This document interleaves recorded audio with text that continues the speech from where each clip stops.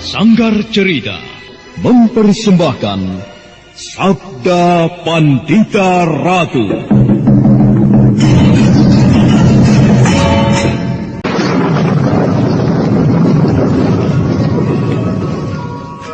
Sabda Pandita Ratu. Naskah ditulis oleh Pondra Swasti Langit, diolah oleh Agung Bahrodi, didukung oleh artis-artis terkemuka Ferry Fadli, Ali Ermawati, M. Abud, Ivone Rose, dan lain-lain. Teknik dan montase Ibing Arifin, dengan sutradara Dian Pertiwi. Sabda Pandita Ratu. Kali ini dalam episode ke-17 dengan judul Melacak Dunia Muksa.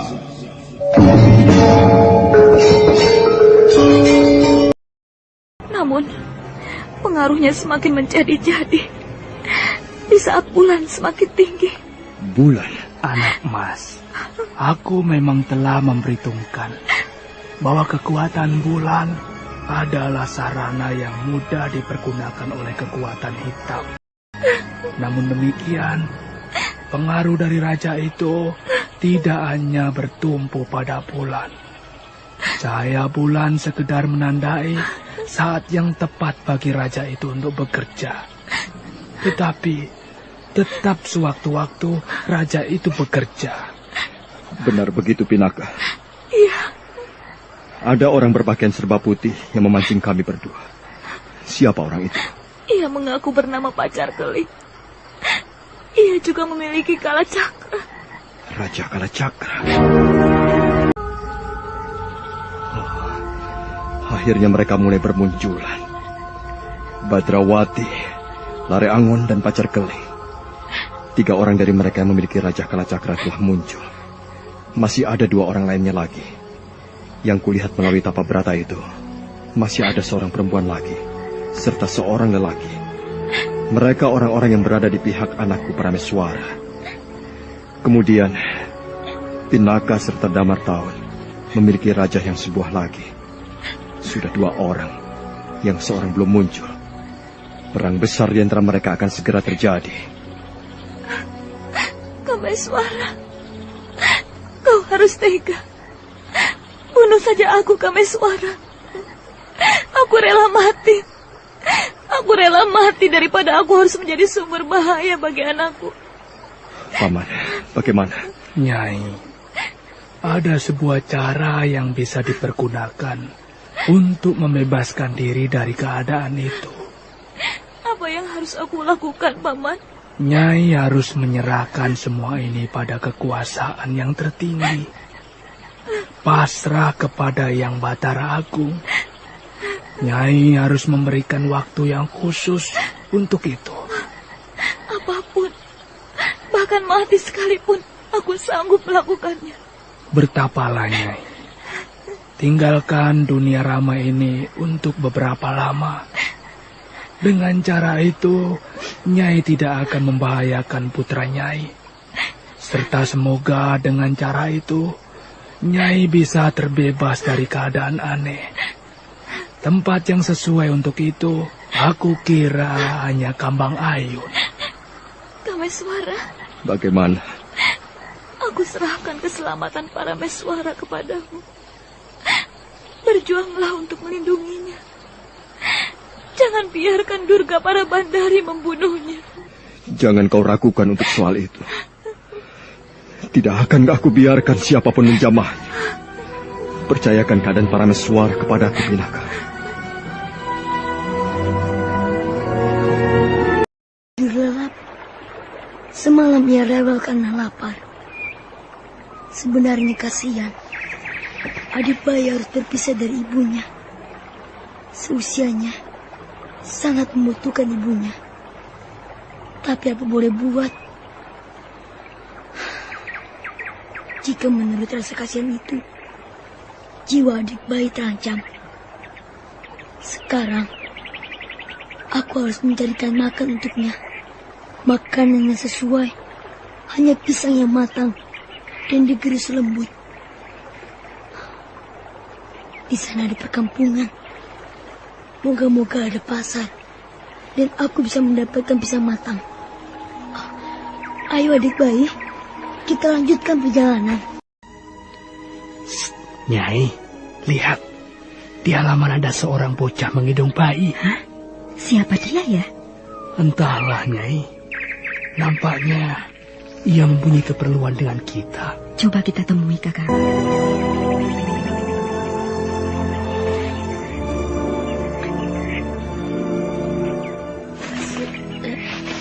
Selamat pagi, Paman.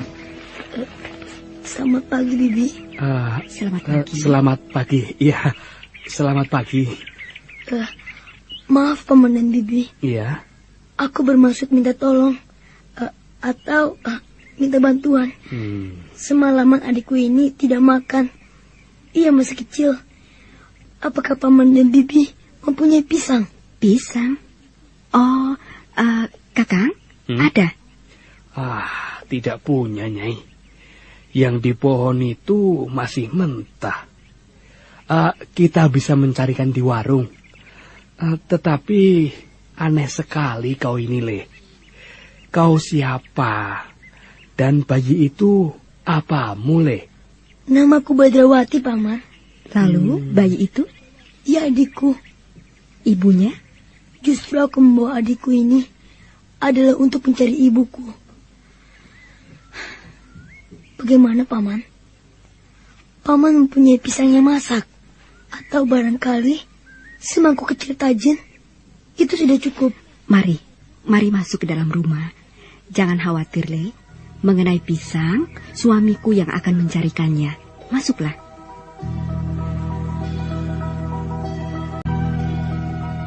Dengan ramah dan penuh perhatian, istri pemilik rumah menyilahkan Badrawati untuk duduk menunggu suaminya mencarikan pisang.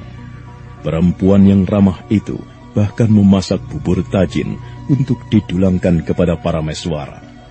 Bahkan ketika segala sesuatunya telah siap, perempuan itu yang kemudian mengambil alih menyuapi Parameswara, bahkan dengan segenap naluri kewanitaannya. Namun sementara itu, suaminya justru membangun sebuah dugaan yang lain. Apa, Paman? Siapa namamu tadi? Badrawati, Paman. Badrawati. Ya. Aku merasa tidak percaya dengan apa yang kau katakan. Benarkah bayi itu adikmu? Mengapa Paman tidak percaya? Ya, adalah aneh jika aku melihatmu yang masih seorang bocah pergi kemana-mana dengan membawa bayi itu. Jangan-jangan ia bukan adikmu. Ia memang adikku, Paman. Apakah kau bisa membuktikan? Paman lihat telapak tangannya. Tangan kanan. Telapak tangan kanan? Apa ini, Le? Itu namanya Raja, Bibi. Aku juga mempunyai ini. Lihatlah. Guratan-guratan raja inilah yang membuktikan ia adalah adikku. Kami sekeluarga memilikinya. Mengapa kalian memilikinya? Bagaimana caranya meletakkan raja itu di telapak tanganmu dan adikmu ini? Aku sendiri tidak tahu, Paman. Sedari kecil, aku telah memiliki tanda aneh ini. Lalu, apa arti raja itu? Aku tidak tahu, Paman. Sedari kecil, aku telah memilikinya. Terus, mengapa ibumu pergi? Dan kemana sebenarnya perginya? Andai kata aku tahu, tentu aku tidak perlu repot-repot mencarinya. Apakah mungkin ibumu ikut orang lain? Maksudnya, ada orang yang mengajak ibuku untuk pergi? Iya. Aku tidak tahu. Bagaimana dengan ayahmu, Le? Ayah? Iya. Kami mempunyai ayah. Akan tetapi, ayah selalu sibuk dengan sabung ayam. Kami tidak dipikirkannya. Itulah sebabnya aku nekat membawa adik bayi pergi untuk mencari ibu. Parameswara bahkan lelap di atas lembaran tikar yang mereka gelar setelah kenyang perutnya. Bagi suami istri itu, pengalaman Badrawati yang nekat minggat membawa adiknya merupakan hal yang aneh dan sangat mengundang iba. Perilaku dari ayahmu sehingga mentelantarkan kalian berdua? Ayahku, orang yang berangasan, Bibi. Tangannya gampang sekali melayang menampar ibu jika mereka sedang bertengkar. Kemudian, ayah sering sekali mabuk tuak. Kemudian ayah sering lupa diri, kehilangan kendali, dan selalu ibu yang menjadi sasarannya. Nah, mungkin itu yang menyebabkan ibumu itu pergi, Le. Ya, mungkin juga, Paman. Tetapi yang menjadi korban adalah kami berdua, anak-anaknya. Aku harus membawa adik bayi untuk mencari ibu. Lalu, kemana kau akan mencarinya? Apakah kau sudah mempunyai ancar-ancar yang jelas untuk menuju ke suatu tempat yang kau perkirakan ibumu berada di sana? Belum, Bibi. Lalu, kemana kau akan mencari ibumu, Le? Tidak tahu, Paman. Pokoknya, berjalan dan terus berjalan. Nanti lama-lama kan bisa bertemu ibu. Selama di perjalanan, selalu saja banyak yang menaruh iba kepada kami, memberi makanan untukku dan pada adik bayi. Untukku mungkin tidak terlampau aku persoalkan, tetapi untuk adik bayi banyak yang menaruh iba, seperti Paman dan Bibi misalnya. Aku tidak makan tidak apa-apa, Bibi, asal adik bayi bisa makan. Le, dunia ini begini luas, sangat luas. Ujung hingga ke ujungnya tidak rampung ditempuh sampai usiamu habis. Persoalan yang kau hadapi bukan sekedar bagaimana kau mencari ibumu, tetapi apa yang kau lakukan dengan membawa bayi sekecil itu terasa aneh dan janggal. Bayi ini masih kecil sekali. Bahkan untuk makan makanan yang seperti itu pun sebenarnya belum waktunya. Apalagi di mana ibumu berada, kau tidak tahu. Lalu bagaimana kau bisa menemukan ibumu? Nah, sebaiknya kau pulang saja. Pulang menunggu di rumah. Jadi kalau ibumu pulang, tidak akan kebingungan karena kalian berdua tidak ada. Tidak mungkin, Paman. Aku tidak berani pulang. Ayahku sangat kejam. Lagi pula, aku sudah lupa jalan untuk pulang. Lupa jalan pulang? Aneh. Sebenarnya kau ini berasal dari mana, Tole? Dari Pesanggaran, Bibi. Pesanggaran? Sepertinya aku belum pernah mendengar nama itu. Kang, kau pernah mendengar nama Pesanggaran itu, Kang? Tidak, Nyai. Di mana Pesanggaran itu, Le? Aku sendiri tidak tahu di mana letaknya, Paman. Loh. Aku dan adikku berjalan sudah lama sekali. Mungkin kau bisa mengenang sebuah ancar-ancar dari mana kau berasal? Ada. Di utara Pesanggaran terdapat deret-deretan gunung dari arah barat ke timur hingga ke laut. Hingga ke laut? Laut? Iya. Wah, rupanya kau memang telah menempuh perjalanan cukup jauh, Le. Kau ingat apa nama gunung yang kau sebut berderet-deret memanjang ke timur itu? Nama gunung itu Gunung Raung, Paman. Suami istri itu kemudian saling pandang, dan sang suami mengangguk-anggukan kepala, mencernakan apa yang baru saja dikatakan oleh Badrawati. Lelaki itu nampaknya merasakan sesuatu yang aneh, sesuatu yang tidak wajar, tetapi disimpannya saja hal itu rapat-rapat dalam hatinya. Paman dan Bibi, aku mengucapkan terima kasih atas kebaikan Paman dan Bibi. Sekarang, izinkanlah aku mohon diri untuk melanjutkan perjalanan kembali mencari ibuku. Tunggu, kau akan melanjutkan perjalanan? Benar, Bibi. Memang itulah yang harus aku lakukan. Berjalan dan terus berjalan untuk menemukan ibuku. Kau berjalan tidak tentu arah, Le. Tinggallah di sini untuk barang sehari 2 hari. Kami tidak keberatan. Benar, Badrawati. Rasanya sangat berdosa jika kami membiarkan kau pergi. Aku tidak keberatan kau tinggal di sini untuk sementara. Bahkan andai kata untuk jangka waktu yang tidak terbatas sekalipun. Ya, tinggallah di sini Badrawati bersama adikmu. Akan tetapi, bagaimana dengan ibuku? Aku harus menemukan ibuku. Dengar Badrawati, dunia ini sedemikian luasnya, sangat luas.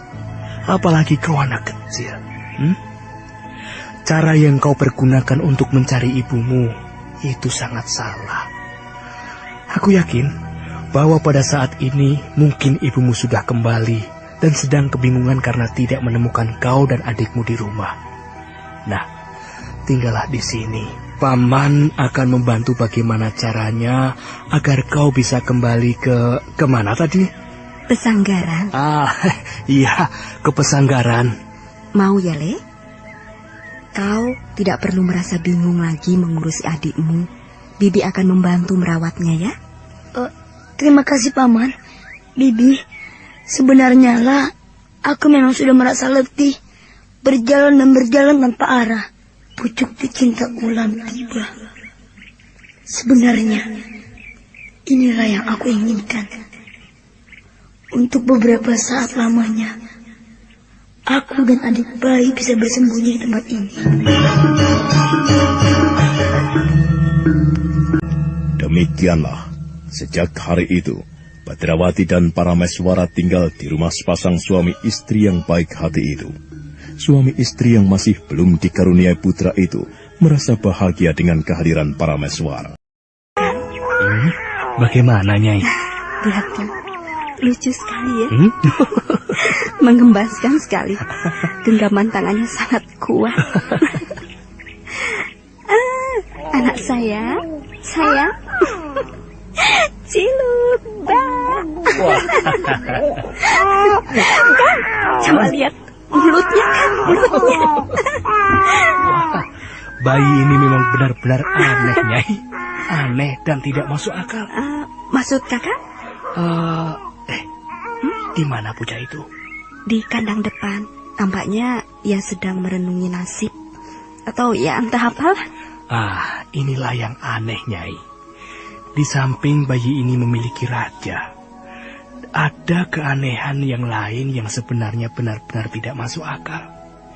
Jika benar yang dikatakan bocah Badrawati itu, bahwa bayi ini telah diajak menempuh perjalanan yang jauh dan terguyur panas atau hujan, menginap di tempat seadanya, maka mestinya bayi ini sudah jatuh sakit. Nah, ini yang sangat aneh, Nyai. Aku malah jadi curiga. Curiga bagaimana, Kang? Jangan-jangan Badrawati itu berbohong. Anak sekecil itu apakah sanggup berbohong? Ya, aneh juga memang.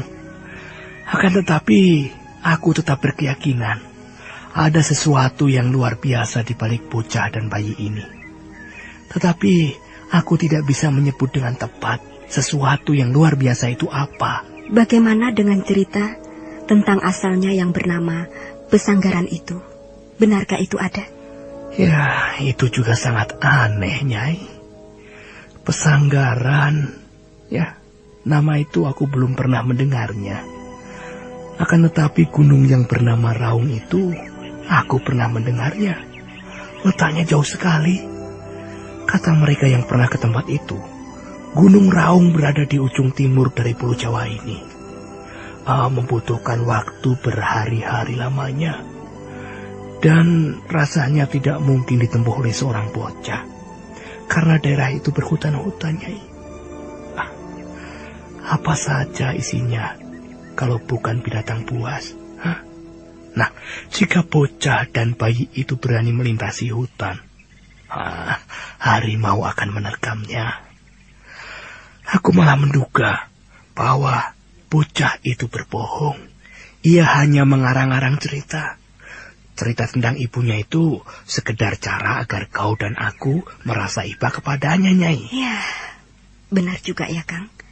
Tetapi meski bocah itu berbohong, aku tetap merasa iba kepadanya. Lihat, bayi itu sangat lucu. 4 bulan yang lalu aku keguguran. Mungkin dengan adanya bayi ini, mungkin bisa memancingku untuk hamil kembali, Kang.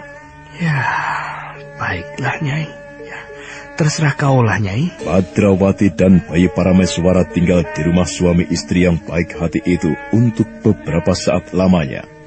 Pasangan suami istri itu, terutama istrinya, memperlakukan Parameswara dengan penuh kasih sayang. Perhatian yang diberikan bagaikan curahan cinta seorang ibu. Demikian juga perlakuan yang diberikan kepada Badrawati. Bocah itu diperlakukan seperti anaknya sendiri. Namun dalam pada itu, semakin lama Badrawati tinggal di rumah itu, hatinya semakin gelisah. Adalah di sebuah tengah malam, Badrawati berada di halaman rumah. Telah beberapa hari aku berada di sini. Semakin lama berada di tempat ini, sebenarnya semakin berbahaya. Seharusnya aku segera pergi. Tetapi bibi yang baik hati itu rupanya sudah terlanjur lekat pada adik bayi. Rasanya tidak tega memisahkan bibi itu dari adik bayi. Tetapi keselamatan adik bayi harus diutamakan. Sebaiknya besok pagi-pagi sekali aku pergi, dan semoga pula di tempat yang lain lagi akan aku temukan orang yang berbaik hati, yang mau membantu merawat adik bayi untuk beberapa lama.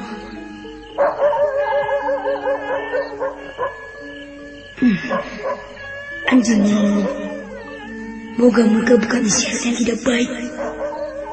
Badrawati yang mengamati keadaan dengan cermat, seolah sedang mengawal penghuni rumah dengan segenap isinya, segera berkelebat. Dengan sangat gesit, Badrawati kemudian sudah hinggap di atas dahan sebuah pohon. Pendengarannya kemudian dipertajam. Rasanya aku tidak mendengar sesuatu yang mencurigakan.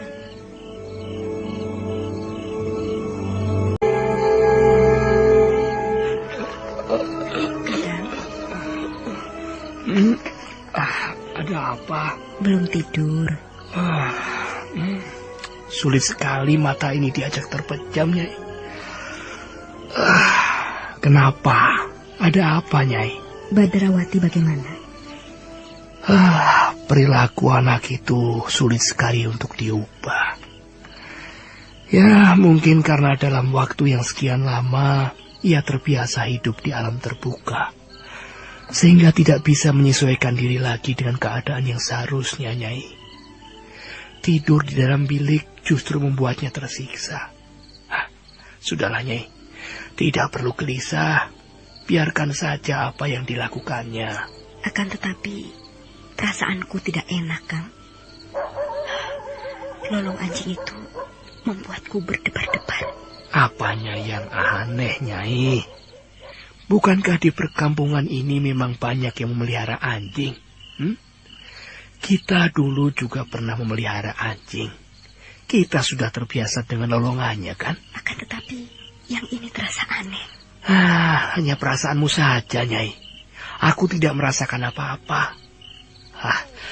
Lebih baik aku tidur. Kan? Lihat. Malam-malam begini, ia terbangun. Namanya juga bayi yang masih belum bisa membedakan kapan seharusnya saat tidur dan kapan saat bangun. Coba lihat, Kang. Ya, tersenyum. Tangannya kuat sekali memegang jemariku. Ngompol kamu ya. Waktu terus bergerak, tidak pernah peduli pada siapapun, apalagi peduli atas mereka yang mengangankan untuk kembali ke masa silam. Malam merayap semakin menusuk ke pusatnya. Adalah Badrawati yang kemudian menjadi cemas. Ketajaman firasatnya mengatakan bahwa sesuatu akan terjadi. Aku menjadi yakin bahwa keberadaanku di tempat ini telah diketahui. Orang-orang jahat itu tentu sedang mengendap-endap, merayap untuk kemudian menyergap. Apa boleh buat? Rupanya aku harus minggat lagi dari tempat ini.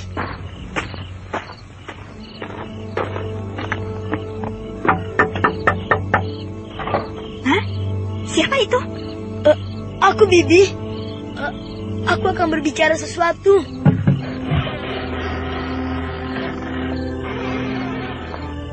Maafkan aku, Paman. Bibi, aku... Kenapa, Badrawati? Kenapa? Aku akan pergi.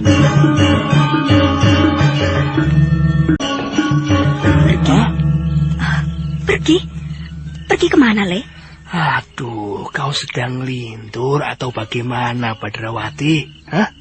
Kau sedang bermimpi rupanya. Aku tidak sedang bermimpi, Paman. Bagaimana aku bermimpi, sedang aku tidak tidur? Kau bingung rupanya. Juga tidak, Bibi. Aku sadar seutuhnya. Lalu, apa maksudmu?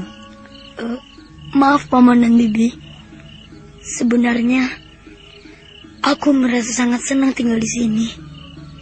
Paman dan Bibi telah menganggapku seperti anak sendiri. Tetapi, kami tidak bisa berlama-lama berada di sini. Kami harus pergi.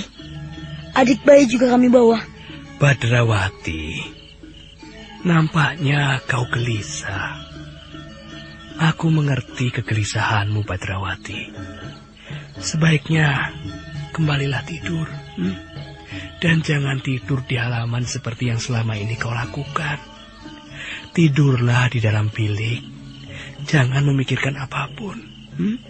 Supaya kau tidak berbuat yang aneh-aneh. Maaf, Paman. Aku tidak bisa dicegah lagi. Aku harus membawa adik bayi segera pergi. Badrawati, kenapa kau begitu, Le? Kami berdua berada dalam bahaya. Ada orang-orang yang bermaksud mencelakakan kami, terutama adik bayi. Itulah sebabnya, Paman. Kami harus segera pergi.